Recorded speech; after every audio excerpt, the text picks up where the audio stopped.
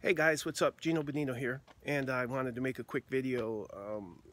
So I want to show you something. I don't know if I've talked about it a lot, but I grew up in Wisconsin, up north by the Great Lakes, and then I moved, like I mentioned, to California for quite a few years, and now I live in North Carolina, and went home for Christmas, New Year's break.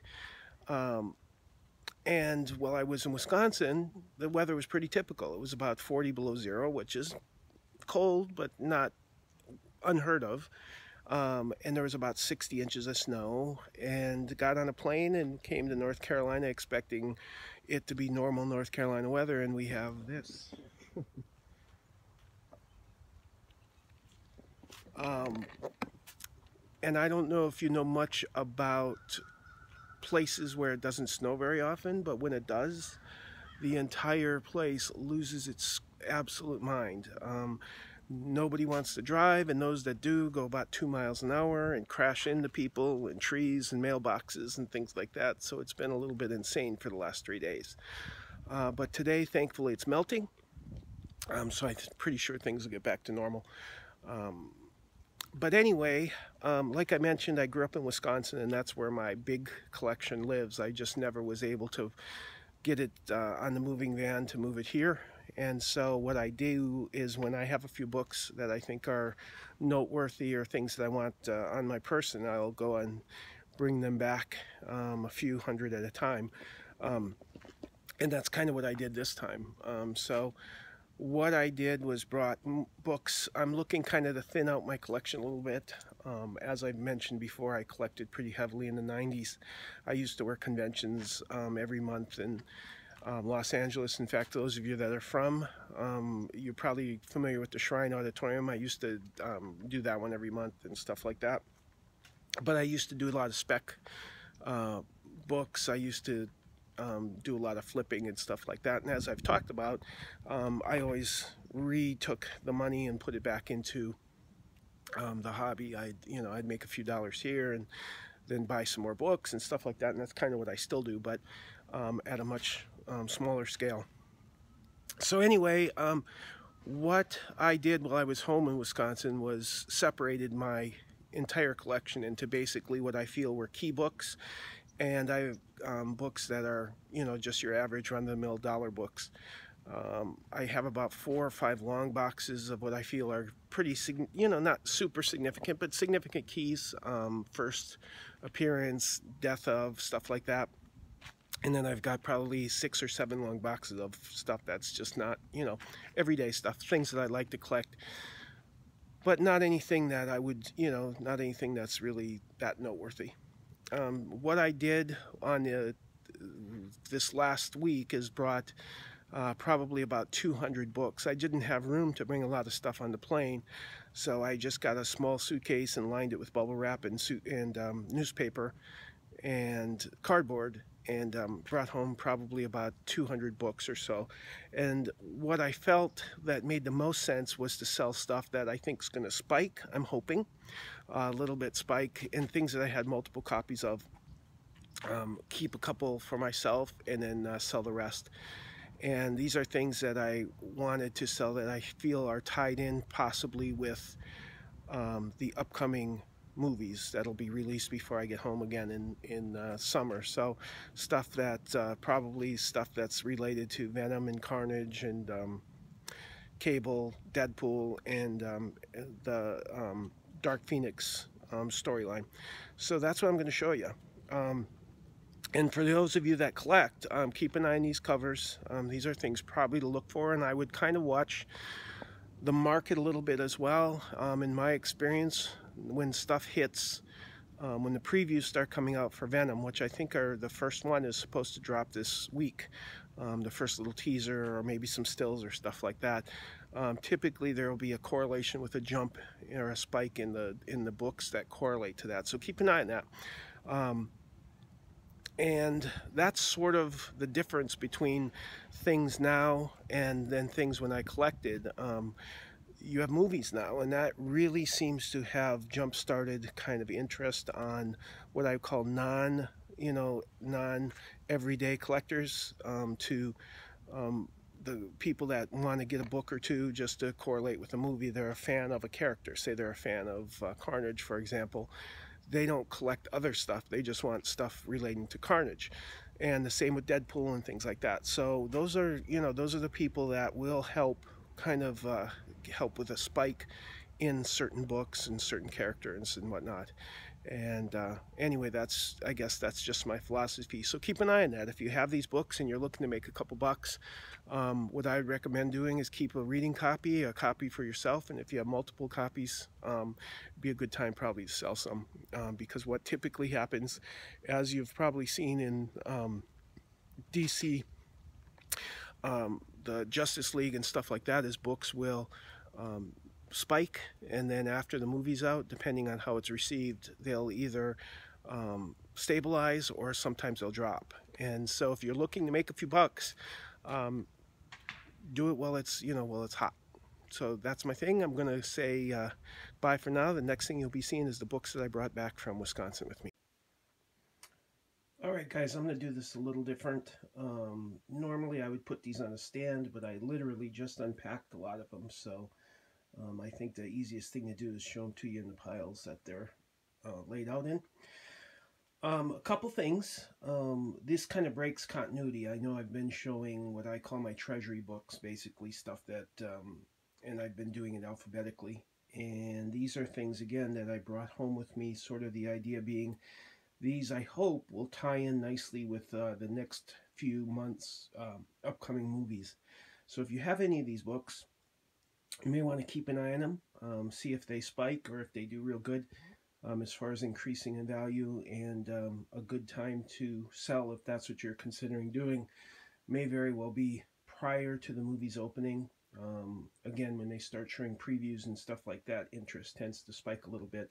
First, however, I want to just show some modern books that I got, and I want to give a quick kudos to a YouTuber named Jim Comics. He's a guy that basically picks upcoming modern books, things that are getting released each and every Wednesday. Usually that's when he has a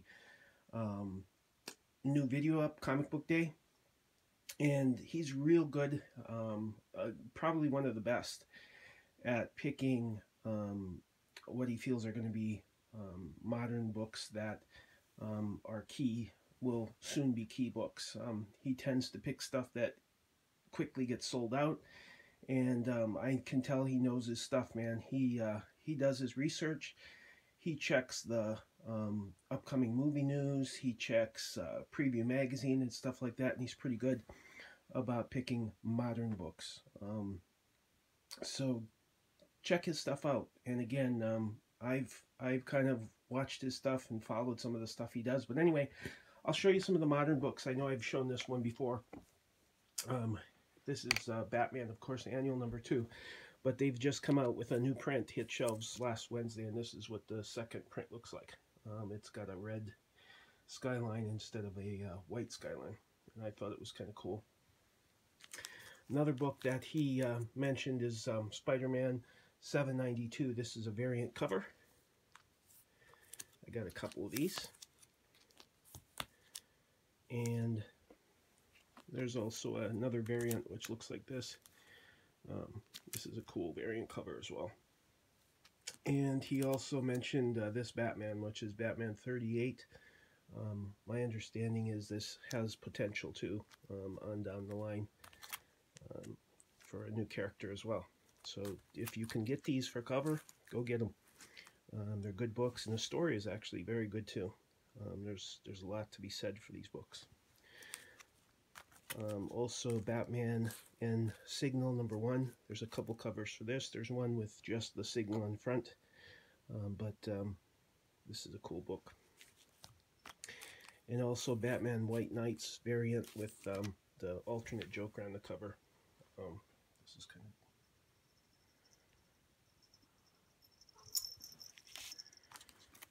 Then I wanted to show you guys these. These are cool. A lot of people haven't shown these yet. These are some comic magazines that I used to, sorry about that, that I used to collect back in the 70s. This one is just trash, but I figured I'd still take it. Monsters Unleashed. with Man-Thing on the cover. And the Deadly Hands of Kung Fu magazine. Again, it's pretty trash, but it's still pretty cool. Then there was the Rampaging Hulk. And again, I just brought these back from my big collection. And I have a couple copies of that. And these are Treasury editions. You probably remember these if you're my age. If not, what these were giant comic books that they released. And again, they were cool because you could actually read a comic book that was like almost reading a newspaper. It was, you know, really big inside. But anyway, this was the first issue, which was featured Spider-Man. And then the second one is Fantastic Four. And if you can see, these were, it'll give the year pretty soon that when these were released, 1974.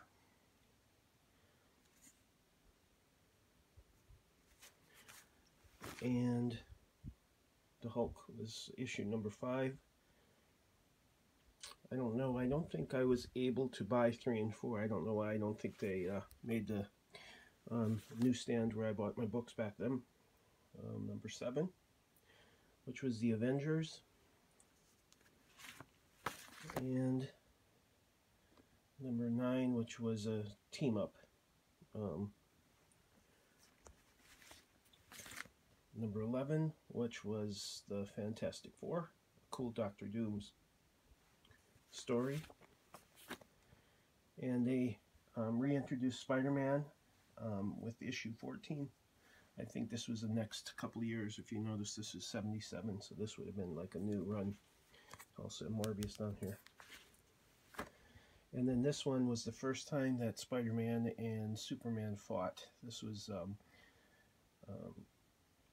I think if I remember right, Spider-Man got a hold of something, some cosmic ray or whatever, that made him super powerful. So he could kind of give Superman a run for his money, but then it wore off, and then Superman almost killed him by punching him, and he pulled it just at the last minute. It was a cool story, though. And then there was another Spider-Man that was released. This actually came out before the other one. This is 1975, and that was 1977. This is Spectacular Spider-Man. This went along with when they came out with the second Spider-Man book. And then, I don't know how I ended up with this, but this was the same kind of thing put up by Marvel, which was The Empire Strikes Back. Cool Darth Vader cover. Anyway, getting back to books that I think will correlate well with upcoming movies for obvious reasons. This is Spider-Man 361. There's 361, 362, and 363, which completed the entire storyline. This one I invested pretty heavily in. I think I had about 46 copies of this. I know that's insane. But, yeah, there's a bunch of them. And then I've sold some, and I had some slabbed, and then there's this is what 362 looks like, if you have it.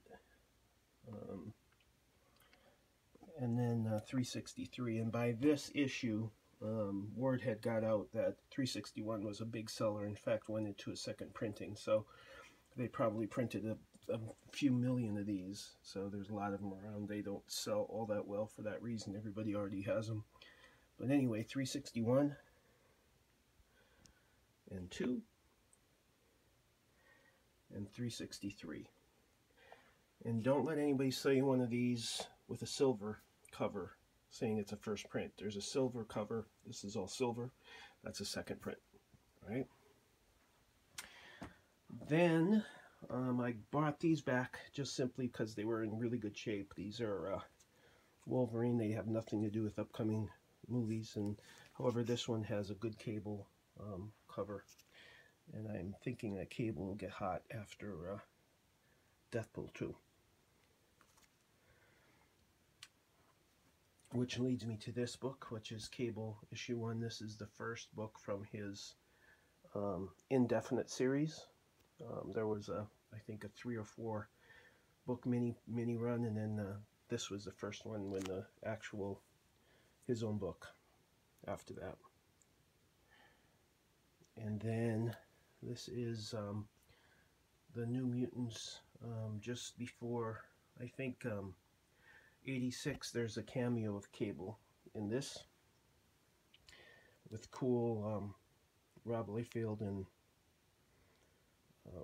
art. And then, of course, this is a real hot book right now, 87. I've got a few of these. I think I've got 3 copies. 2 of them are getting slabbed. This one I just brought back. This is probably the best copy of all 3, so I should probably send this one in too and get it slabbed. And then there's a gold, what actually, for all intents and purposes, were a second print. This was a second print, but for some reason it doesn't get listed as such. It gets listed just as a gold variant or the gold copy, but it's definitely a second print. You can tell they blacked out the UPC symbol. And I have, I think, 4 of those. And after that, 88, which also features Cable. And 91 as well. Then I've got some X-Force books with Deathpool. Everybody's seen, a lot of people have seen this. This is issue number 2. A lot of times issue 2s are good things to collect because they know first issues are going to sell well, just because people sometimes only collect first issues, but a lot of times those people will drop off and not collect 2, you know, unless you're just if you're a hardcore comic collector, you'll get 2, but if you're just kind of somebody that just collects first issues, you won't get issue 2. So often second books in a print run, or second books in any run, have a much lower print run. So something to keep in mind. Collecting issue 2s are usually a good idea just for that reason. If a book gets hot, the second issue still does pretty well, but there's usually a whole lot less of them. So this was X-Force 2. Got a couple of those, and 4 with Cable, and 8 also with Cable, and 11 with Deadpool on it. I should say Deadpool, sorry. And 15 with Cable and Deadpool. This is a cool cover, and this actually, but this book does real well. So if you have a couple of these, or if you have 1 or 2 and you want this, keep an eye on them. They may get very hot. Then I have just some variety of books. These really don't tie into any movies, but there will be upcoming, I think. This is, everybody's shown this book. This is Ms. Marvel too. This was a nothing book back in the day. This was in dollar bins for the longest time. And then all of a sudden, the character got hot, so the book does as well. But anyway, yeah, Ms. Marvel 1 and issue 9. Sorry for the flash. And this is some Spider-Man's 365. This is kind of important because this is the first preview of Spider-Man 2099. There was a little preview in this particular issue. So if you can find this, pick it up. If 2099 gets its own movie or whatever, this will be a good key issue for that reason. And for no other reason than it was just in really good shape, I brought this one home.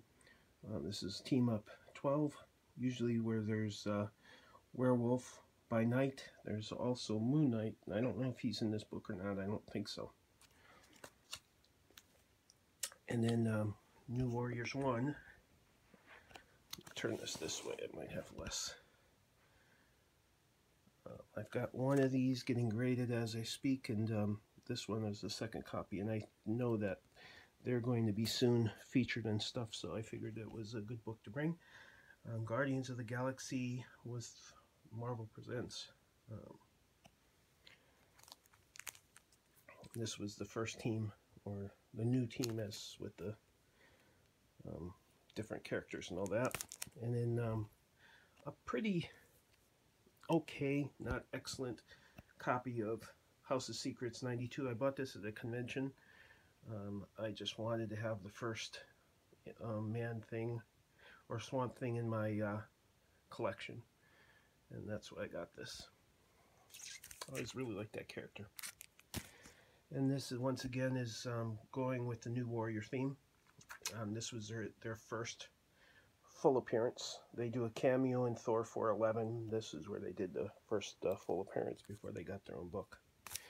And this is kind of a book I just grabbed, question number 17, because this is where the Question becomes Rorschach for a little while, or interacts or something like that with him. And I was thinking that maybe the new Rorschach was this guy, so I wasn't sure. As it turns out, I don't think he is. People say that he's a African-American guy, so the Question isn't. Now maybe that's all a rouge, maybe that'll turn out to be false, but anyway, they do show his hand in the new series. But I brought it just as a shot in the dark. Hang on to this, and you never know what'll happen. And then I brought these just because I know the Simpsons aren't going to stay popular forever, and I feel that now would be probably a good time to sell these. I have the polybag copy with a poster and all that kind of stuff inside.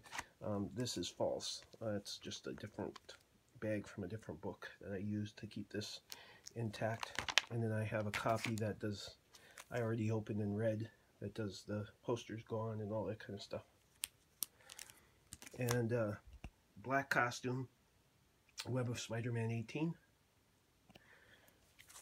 And a couple cool Batman books, which is 405 and 404. These were cool Batman covers.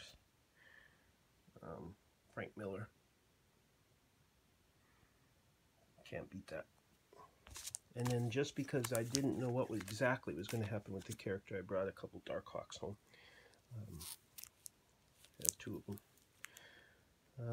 Again, this was an absolute go-nowhere book for the longest of times, and then the character got a little bit hot. So that's, you know, good thing I hung on to. Then I've got a few, staying with the Thanos, or going to the Thanos theme. I've got some Logan Run 6s, which feature a standalone Thanos story in the very back.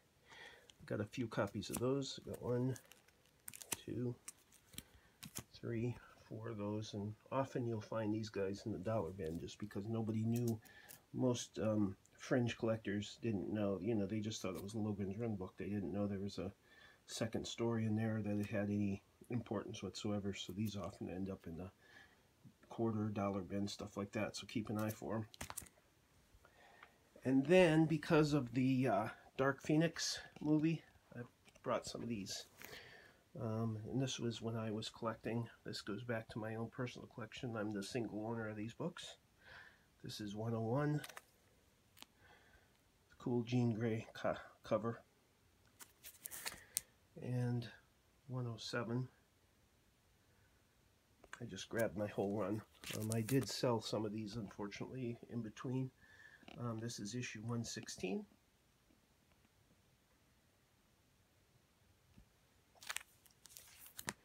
And 125, once again, going with the Dark Phoenix storyline.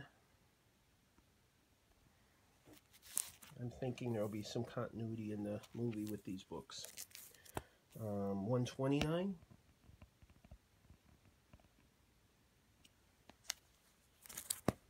$130, First Dazzler.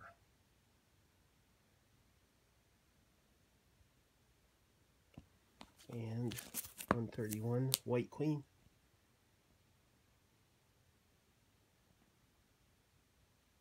Very cool, iconic books. And 135, again, Dark Phoenix story. And she's squishing the X-Men logo. I think that's real cool. And then some newer modern age X-Men, Bishop 282, X-Men 282 featuring Bishop, and 283. I've got a few of both of these. There's 2 prints of this one, I believe. Actually, there's 2 prints of this one. I think there's of both of these. but these I believe are first prints. I've got both, and I just grabbed one or two just for the heck of it. Then Thanos Quest. This is a cool cover. And Infinity Gauntlet, which is going to probably do real well very soon. This is issue 1. This is 2.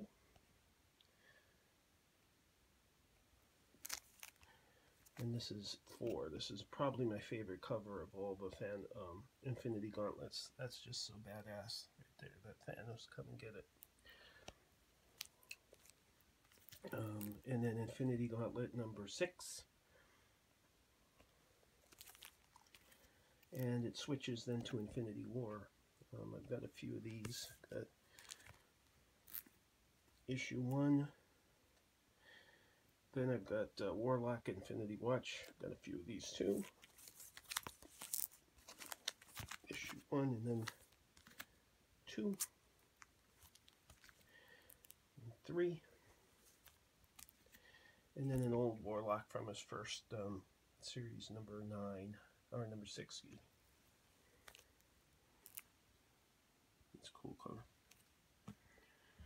And then, staying with, or moving to Venom, I've got a couple gold versions of these. These are the basic red cover, foil cover. I don't know if you can tell. I'm sure you've probably seen these. There's a red, a white, gold, and a black. The white and black are super, super rare. The gold is fairly rare. That's the one that I'm getting slabbed just because it was in good condition. Foil books, these often get dinged on the sides, and once they're dinged, there's just no fixing it, especially a foil book. There's no way to press it out or do anything like that. You're kind of stuck with it.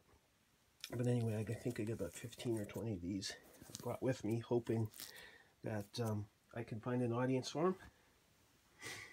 And then I've got SpiderMan.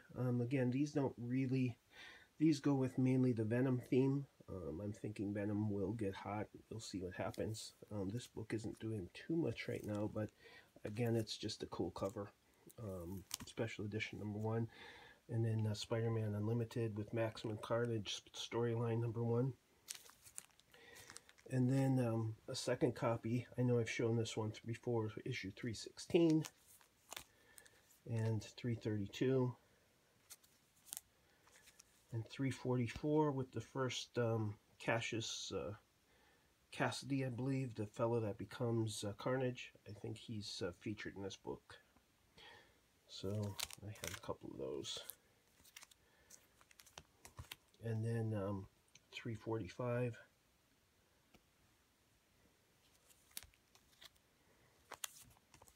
And once again, Venom cover, 346. And 360, first cameo of Carnage. Before 361, of course. And then 375, which is once again a foil cover. Marvel liked to do this back in the 90s. With a cool Todd McFarlane cover. Todd McFarlane drew this. And again, it's a cool representation of the fight between Venom and Spidey. Don't know what this will do. We'll see. But again, there's a lot of them. I do know that. And then I think I've talked about Spider-Man 2099. I got a few of these. I know the cartoon I think is coming out, so I felt that it was good to bring it home. And I think that's it, guys. So those are the books that I brought back. And again, if you have any of these, I would say to keep an eye on them. It's going to be just sort of a guess of mine that most of them featuring Venom, stuff with Carnage, stuff with Deadpool, stuff with Cable is probably going to get hot. So, and of course the X-Men Dark Phoenix storyline, stuff like that. So if you have it, I would say just to kind of keep your eye out for what happens to the books. and it might be a good time if you're thinking of selling. You're going to have a little window of opportunity to do that, and then after that, again, once the movies come out, then you have a little lull. So that's a good buy time. So if you want to get one into your collection, wait until the movie comes out and see what happens, and wait, after the excitement dies down a little bit, that's a good time to buy. But if you're looking to sell, probably any time from about now until when the movies come out. All right? All right, guys, thanks for watching. And again, I apologize for the herky-jerky. Next time we'll go to the stand again, but I just didn't want to move all these up to the stand and goof around with them, so I figured I'd do it that way. All right, guys, take care.